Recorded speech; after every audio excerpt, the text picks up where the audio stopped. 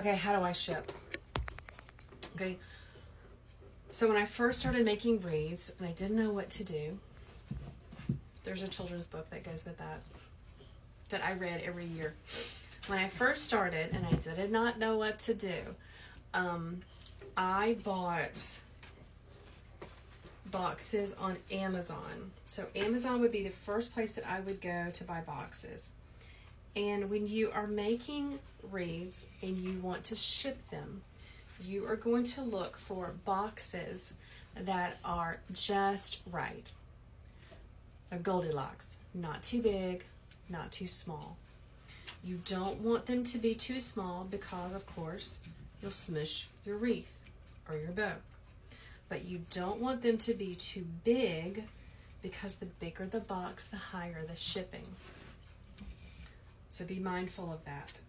You also need to be mindful of how thick the boxes are that you are choosing.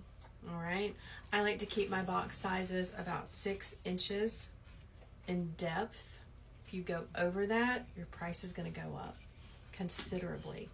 So keep that in mind as you are making. So I go to Amazon when I'm first making and I buy boxes. I typically ship in 20 by 20 by 6. If it's a really big wreath, I might go up to 24 by 24 by 6.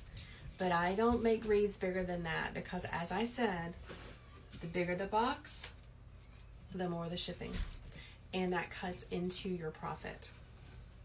Or your customer is not going to want to buy from you because they're going to realize that it's going to cost them $30 to ship a wreath, and they're going to be like, no thank you.